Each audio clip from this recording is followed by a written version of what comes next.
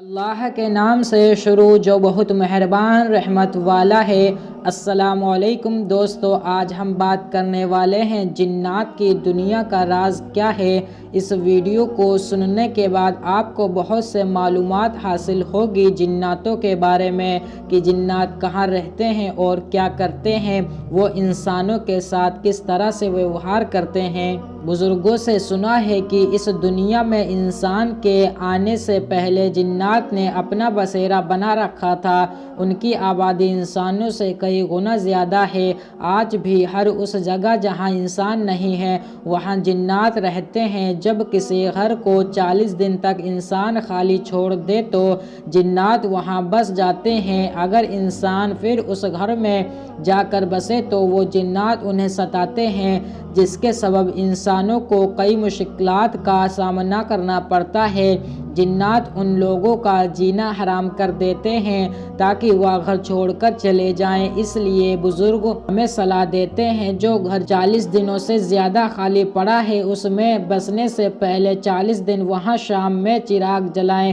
ایسا کرنے سے جنات کو اطلاع مل جاتی ہے کہ اب یہاں انسان آنے والے ہیں، پھر وہ اپنے لیے دوسرا ٹھکانہ ڈھونڈ لیتے ہیں اور وہاں سے نکل جاتے ہیں۔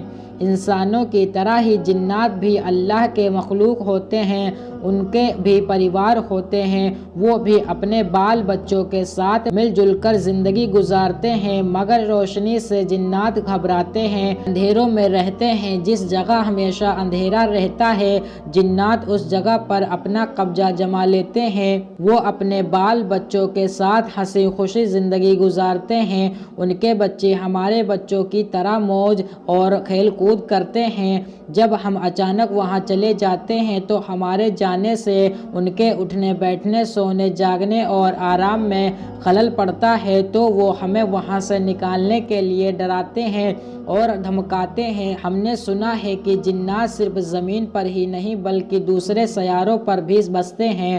وہ اس زمین پر بسنے سے پہلے دوسرے سیاروں پر آباد رہ کر کافی ترقی کر چکے ہیں، سائنس میں بھی ہم سے بہت زیادہ آگے نکل چکے ہیں۔ وہ اڑن تشتریوں کے ذریعے ساری کائنات کے چکر لگاتے رہتے ہیں۔ اکثر راتوں میں وہ ہماری زمین پر بھی معلوماتی کام سے آتے جاتے رہتے ہیں۔ اگر انہیں کوئی اکیلا انسان انہیں کہیں مل جاتا ہے تو اسے پکڑ کر لے جاتے ہیں۔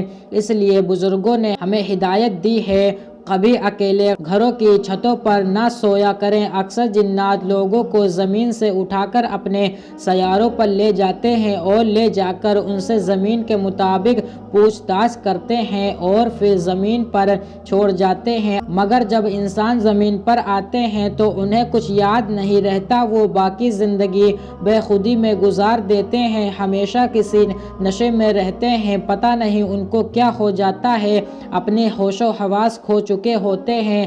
اس دنیا کے سائنس نے بھی ان کے بارے میں پتہ کرنا شروع کیا، مگر وہ ہم سے بہت چالاک مخلوق ہیں، اپنا بھید نہیں بتاتی اور وہ بہت طاقتور ہیں، ان سے دوری میں ہی ہماری بھلائی ہے۔ ویسے اللہ بڑے حکمت والا ہے اور ہم پر اس کی بڑی مہربانی ہے، وہ انہیں ہمیں بے وجہ تنگ کرنے سے روکے ہوئے ہے۔ اللہ تعالیٰ نے ہم کو اشرف المخلوقات کا درجہ دے رکھا ہے۔ اگر ہم اپنی عقل اور ہمت سے کام لیں تو اللہ کی بنائی ہوئی ساری مخلوقات پر حکومت کر سکتے ہیں، لیکن شرط یہ ہے کہ ہم اللہ اور اس کے رسول صلی اللہ علیہ وسلم کے بتائے ہوئے راستے پر زندگی گزاریں۔ اللہ نے ہماری رہنمائی کے لیے قرآن شریف عطا کیا ہے، اسے پڑھ کر سمجھیں تو سارے عالم پر حکومت کرنے کا راز اسی میں پوشیدہ ہے۔ اگر ہم نے قرآن شریف کو سمجھ کر پڑھنا شروع کر دیا تو اللہ ہم سے خوش ہوگا، ہمیں اتنی طاقتوں کا مالک بنا دے گا کہ جنات ہی نہیں شیطان اور ان سے بھی خطرناک مخلوق ہم سے خوف کھائے گی، ہمارا بال بھی باقا نہیں کر سکے گی۔ جناتوں میں بھی اچھے اور برے جنات ہوتے ہیں، اچھے جنات انسانوں سے دوستی کرنا پسند کرتے ہیں اور وہ اکثر ہماری عبادت گاہوں میں آ کر نماز ادا کرتے ہیں۔ اس لیے بتایا جاتا ہے کہ رات میں کہیں بھی راستے میں ایسا نہ سویا کریں کہ دوسری مخلوق کے آنے جانے میں رکاوٹ بنو، ورنہ وہ غصہ ہو کر بہت سی تکلیف پہنچا سکتے ہیں۔ ویسے بنا وجہ کسی انسان کو ستانے یا تکلیف دینے کی اجازت اللہ نے انہیں نہیں دی ہے۔ جنات بہت آسانی سے اپنا بھیس بدل سکتے ہیں، وہ جس طرح چاہیں اپنے آپ کو بدل دیں اور بہت ہی آسانی کے ساتھ ہزاروں میل کا سفر طے کر سکتے ہیں، اور وہ دنیا کی ہر زبان سمجھ اور بول سکتے ہیں۔ انہیں اللہ پاک نے اتنی ساری طاقتیں عطا کر رکھی ہیں، جبکہ ایک انسان اتنی طاقت نہیں رکھتا۔ مگر اللہ کے پیارے بندوں میں کچھ انسان جو اللہ کے حکم کی پوری پابندی کرتے ہیں، اللہ نے انہیں جنات تو کیا کائنات کے ہر مخلوق پر فتح حاصل کرنے کی قوت اور طاقت دے دیتا ہے۔ یہ جنات کو بھی انسان کا فرمانبردار بنا دیتے ہیں۔ شرط یہ ہے کہ اللہ کی رضا حاصل کر لیں۔ جو اللہ کی رضا حاصل کر لیتا ہے، اللہ انہیں ساری طاقتیں عطا کر دیتا ہے۔ انہی لوگوں کو ہم اللہ کے ولی کہتے ہیں۔ ہم انسانوں میں آج بھی کچھ انسان اپنے آپ کو عامل کہہ کر جنات اتارتے ہیں اور بھاری بھاری رقم طلب کرتے ہیں۔